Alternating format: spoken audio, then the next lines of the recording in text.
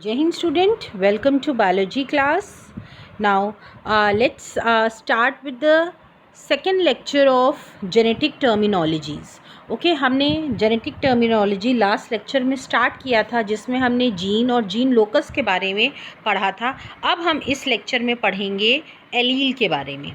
Okay now alleles क्या होते हैं? The homologous copy of a gene. ठीक है, कोई भी जीन जो है बेटा, जीन्स जो हैं वो पेयर्स में प्रेजेंट होते हैं. ठीक है, और ये दोनों पेयर्स जो होते हैं, ये दोनों मीन जो सिंगल अगर हम बात करें और सिंगल फॉर्म ऑफ जीन की बात करें तो ये जो है ये कहलाता है एलील. ओके तो हम एलील को ऐसे भी समझ सकते हैं कि alternative forms of gene occupying the homologous loci of homologous chromosome is known as allele. Okay for example, ये अगर एक जीन है तो बेटा ये जो जीन के ये सेम जीन है तो उसके ये दो एलील्स हैं. ठीक है, इसको हम ऐसे समझ सकते हैं कि कोई भी जीन है तो उस जीन के दो फॉर्म्स होते हैं. ठीक है, दो डिफरेंट फॉर्म्स होते हैं. एक होता है डोमिनेंट फॉर्म, एक होता है रेसेसिव फॉर्म. तो और वो दोनों ही फॉर्म सेम पोजीशन में प्रेजेंट होंगे. किसके? होमोलोगस क्रोमोसोम के. ठीक है, और उन दोनों फॉर्म्स को हम क्या बोलेंगे? एलील. इसका मतलब एक जीन के कितने एलील्स होते हैं? दो एलील्स होते हैं.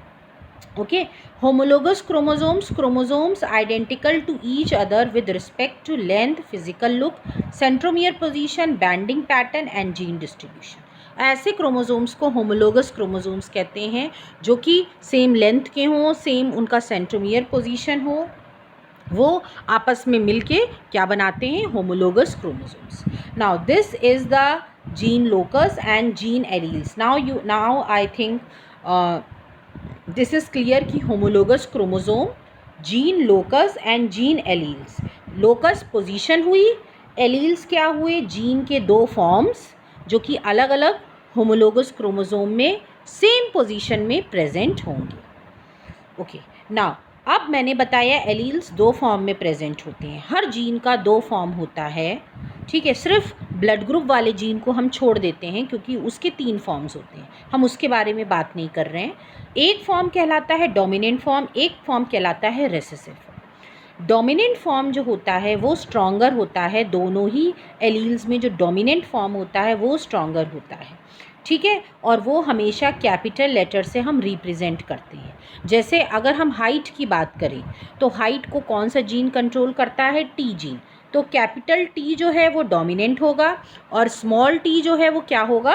रेसेसिव होगा. तो रेसेसिव जीन जो है that is not expressed in presence of dominant gene. अगर दोनों ही एलील्स प्रेजेंट हैं, ठीक है, जीन बात करेंगे तो उसमें हम दोनों की बात कर रहे हैं, ये बात याद रखिए.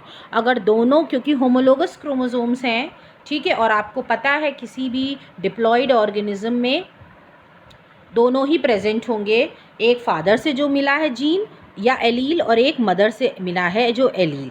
ठीक है, तो ये जो एलील होगा हमेशा डोमिनेंट एलील ही एक्सप्रेस होता है. ठीक है, और रेसेसिव एलील जो है वो प्रेजेंट होगा पर वो अपना कैरेक्टर को शो नहीं करेगा उस पर्टिकुलर इंडिविजुअल में. सो डोमिनेंट जो स्ट्रॉन्गर होता है ऑफ द टू जीन्स या तो टू एलील्स हम कह सकते हैं. ठीक है, तो अब बात आती है होमोजाइगस और हेट्रोजाइगस. इसको कैसे समझेंगे?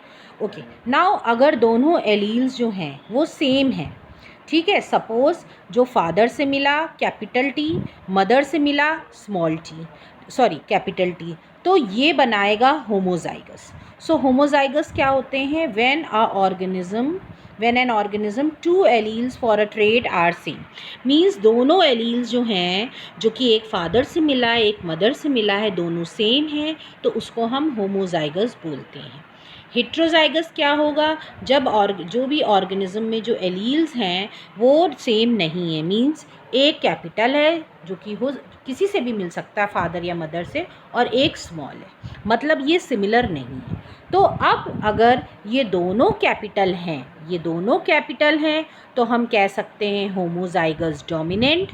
दोनों स्मॉल हैं तो हम कह सकते हैं होमोजाइगस रेसेसिव. और अगर एक टॉल है और एक स्मॉल है तो हम कह सकते हैं हेट्रोजाइगस डोमिनेंट। लेकिन डोमिनेंट ही हो बोलेंगे क्योंकि मैंने पहले ही बताया कि अगर दोनों प्रेजेंट हैं डोमिनेंट और रेसेसिव तो हमेशा डोमिनेंट ही कैरेक्टर एक्सप्रेस होगा। नाउ नेक्स्ट बात करते हैं जीनोटाइप एंड फिनोटाइप क्या होता है। नाउ जीनोटाइप जो है that is the genetic makeup of the individual for a trait. जो जीन्स प्रेजेंट होते हैं वो जीनोटाइप। अगर हम बात करें फॉर एग्जाम्पल आई से कैपिटल टी, तो ये इसका जीन है, या स्मॉल टी कैपिटल टी ये जीन है जो कि हम देख नहीं सकते हैं, और ये जो है ये ऑब्जर्वेबल नहीं होता है। तो जीन्स जो कि जेनेटिक मेकअप होता है किसी भी इंडिविजुअल में क्या जीन्स प्रेजेंट है जो कि हम देख नहीं सकते। फिनोटाइप क्या होता है, जो कि ऑब्जर्वेबल कैरेक्टर होते हैं जो कि आप देख सकते हो, जैसे हाइट आप देख सकते हो तो वो फिनोटाइप हो गया। कलर आप देख सकते हो हेयर का, स्किन का, आई का, तो वो क्या हो गया, वो फिनोटाइप हो गया। Okay, that you can see genotype में ये जीन्स जो लिखे हैं that is a genotype, genetic makeup जो बनाते हैं। ओके, अब बात आती है कि फिनोटाइप कैरेक्टर्स मीन्स जो ऑब्जर्वेबल हो, तो फ़र्क क्या है दोनों में। ट्रेट भी कैरेक्टर्स होते हैं, तो a trait is some aspect of an organism that can be described और measured. A phenotype is the observed state of a trait. ठीक है, नाउ ट्रेट क्या होता है, ट्रेट जो है दैट कैन बी मेजर्ड, यहाँ मतलब है कि ट्रेट जो भी कैरेक्टर जिसको हम, वो आस्पेक्ट होता है ऑर्गेनिज्म का, वो कैरेक्टर होता है जिसको हम डिस्क्राइब भी कर सकते हैं कि हाइट कितनी है और मेजर भी कर सकते हैं। ठीक है, और फिनोटाइप क्या होता है, वो सिर्फ हम देख सकते हैं कि हाँ टॉल है बस, लेकिन हम उसको मेजर नहीं कर सकते। तो वो फिनोटाइप सिर्फ हम देख कर सकते हैं, हाँ फ्लावर का कलर क्या है, ब्लू है। ठीक है, ये शॉर्ट हाइटेड है, ये लॉन्ग हाइटेड है, टॉल है।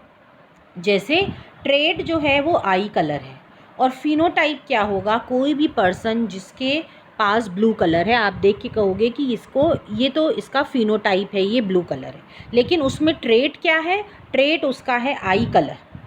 और फिनोटाइप क्या हो जाएगा कि पर्सन हैविंग मीन्स एक्सटर्नली अगर हम देखें तो the person having that blue colour या कोई भी कलर आई का, दैट इज़ अ फिनोटाइप।